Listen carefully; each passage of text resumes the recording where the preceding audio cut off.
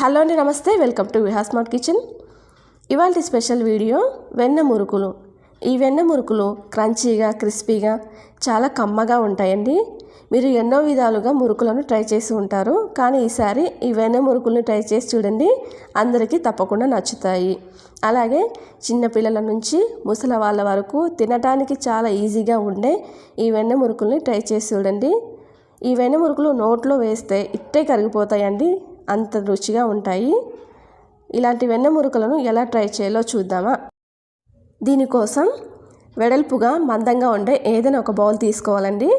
ఇందులో 2 table spoon వరకు వెన్న వేసుకోవాలి. మనం ఇంట్లో చేసిన వెన్న కూడా వేసుకోవచ్చండి, లేకపోతే మనం స్టోర్ నుంచి తెచ్చిన వెన్న కూడా వేసుకోవచ్చు. ఇలా వెన్న కరిగిన తర్వాత ఇందులో 1 టీ స్పూన్ వరకు అల్లం వెల్లుల్లి పేస్ట్ వేయాలండి. అల్లం వెల్లుల్లి పేస్ట్ ఒక 10 సెకండ్స్ వేయించుకుంటే సరిపోతుంది, లేదంటే అల్లం వెల్లుల్లి పేస్ట్ మాడిపోతుందండి. ఈ 10 సెకండ్స్ తర్వాత ఇందులో మనము వాటర్ వేసుకోవాలండి. ఇక్కడ నేను 2 కప్స్ వరకు వాటర్ వేస్తున్నానండి.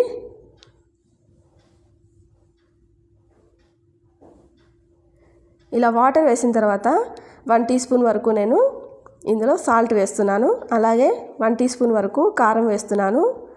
చిన్నపిల్లలు కూడా తినడానికి వీలుగా ఉండడానికి కారం తక్కువ వేస్తున్నానండి. మీరు కావాలంటే 1 టీ స్పూన్ ఎక్కువ వేసుకోవచ్చు. అలాగే 1/4 టీ స్పూన్ పసుపు కూడా వేసుకోవాలండి. ఈ విధంగా వేసిన తర్వాత మనం మూత పెట్టుకొని రోలింగ్ బాయిల్ వచ్చే వరకు ఈ వాటర్ని ఉడికించుకోవాలి. చూసారు కదండి, ఈ విధంగా రోలింగ్ బాయిల్ వచ్చే వరకు వాటర్ని మరిగించిన తర్వాత ఇందులో మనము 3 కప్స్ బియ్యం పిండి వేసుకోవాలండి. నేను ఇక్కడ పొడి బియ్యం పిండే వాడుతున్నానండి. 2 కప్స్ వాటర్కి 3 కప్స్ బియ్యం పిండి కరెక్ట్గా సరిపోతుంది. ఇలా వేసిన తర్వాత దీన్ని ఒకసారి కలుపుదాం.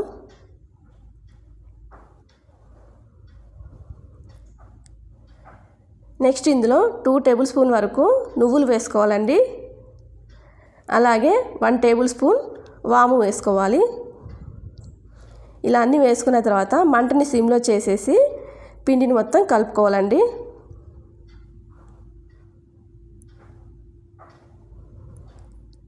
ఇలా పిండి బాగా కలుపుకున్న తర్వాత మనము ఇప్పుడు స్టవ్ ఆఫ్ చేయాలండి.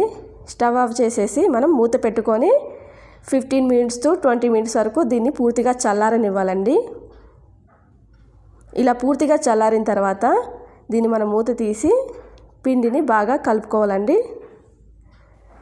ఇక్కడ మనం పిండి ఎంత బాగా కలుపుకుంటే మురుకులు అనేవి అంత క్రిస్పీగా, క్రంచీగా వస్తాయండి. నేను వేసిన కొలతల ప్రకారం అయితే వాటర్ ఏమీ అవసరం ఉండదండి. ఒకవేళ మీకు వాటర్ తక్కువ అయ్యాయి అనిపిస్తే కొన్ని వాటర్ని స్ప్రింకిల్ చేసుకుంటూ పిండిని ఈ విధంగా కలుపుకోవాలండి. ఈ విధంగా సాఫ్ట్గా అయ్యే వరకు పిండిని ఇలా కలుపుకోవాలండి. ఇలా సాఫ్ట్గా కలుపుకున్న పిండిని కొంచెం తీసుకొని ఈ విధంగా షేప్ చేసుకోవాలండి. నెక్స్ట్ స్టార్ గుర్తున్న బిళ్ళని తీసుకొని జంతికల గొట్టంలో మనము పిండిని ఫిల్ చేసుకోవాలండి.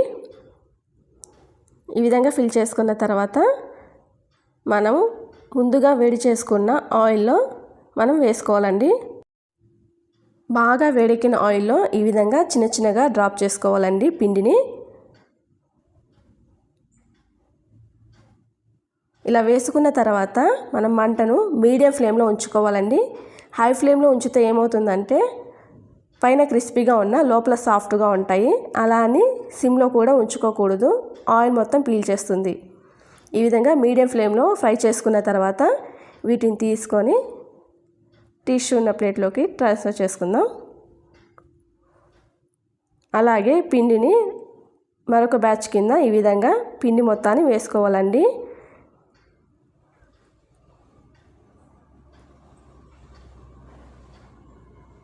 ఈ విధంగా వేసుకున్న తర్వాత దీన్ని కూడా మనము మీడియం ఫ్లేమ్లో ఉంచుకొని ఫ్రై చేసుకోవాలండి. చూసారు కదండి, ఎంత సింపుల్గా మనం చేసుకున్నాము ఈ వెన్న మురుకులు. వంట రాని వాళ్ళు సైతం ఈ విధంగా చేసుకోవచ్చండి, చాలా సింపుల్ ప్రాసెసే కదా. ఈ వీడియో మీకు నచ్చితే లైక్ చేసి, షేర్ చేసి, సబ్స్క్రైబ్ చేయండి. Thank you for watching.